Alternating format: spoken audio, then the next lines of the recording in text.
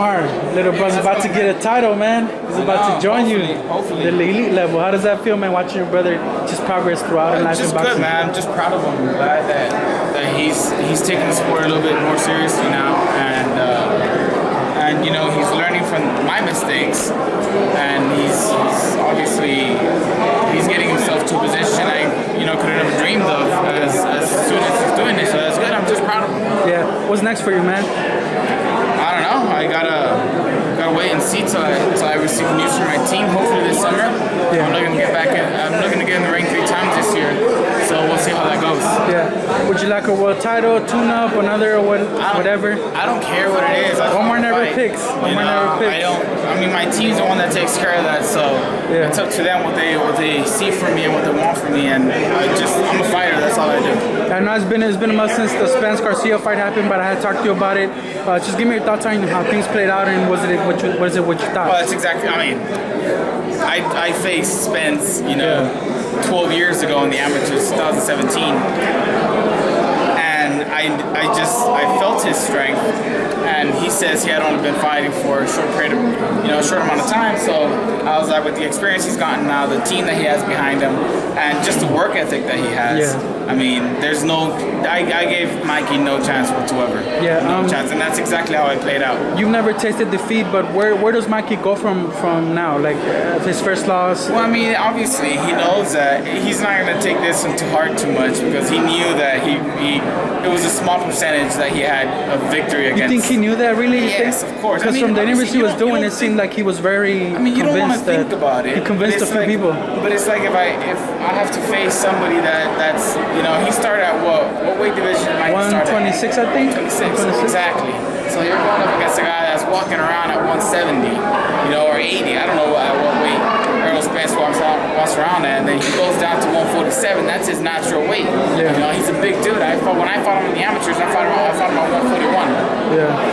I went down to 135. That's why it was so hard for me to make weight all that time, because I was fighting at a higher weight in the amateurs.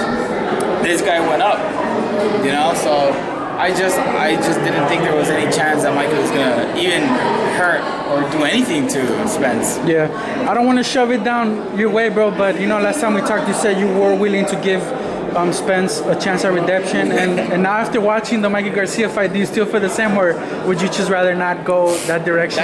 That only makes me want to fight him even more.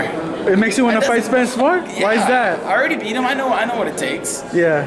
And we were at the same weight division in the amateurs. Yeah. And we could be at the same division on the pros. Yeah. So I'm not. No, that just means that gives you more confidence. That much better, and it's gonna be even more of a challenge. And I love a challenge. Yeah.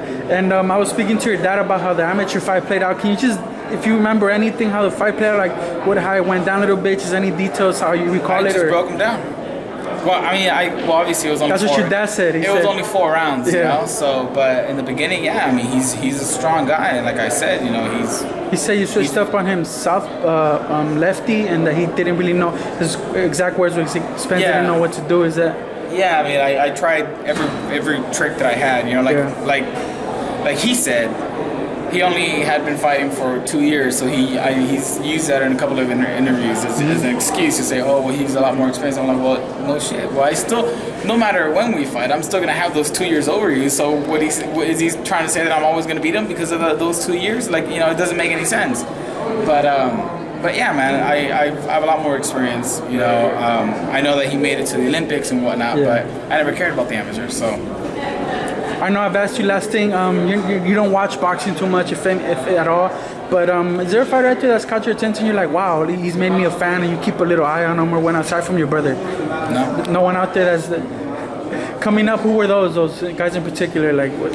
I mean, all the Mexican fighters that were fighting when I was growing up, De La Hoya, Barrera, Morales, Marquez. I mean, you name it, all those guys were. My dad was the one that my dad watches boxing, every day if he could, all day. Yeah. And so sometimes, I would catch a fight or two, but as far as myself wanting to watch it, I never cared for it, because it was always so involved with my life that I just tried to stay away from it as much as possible when I wasn't in the gym. Yeah. Like always, it's a pleasure talking to you, Omar. I appreciate the time. Yes, Thank sir. you, man. Thank you.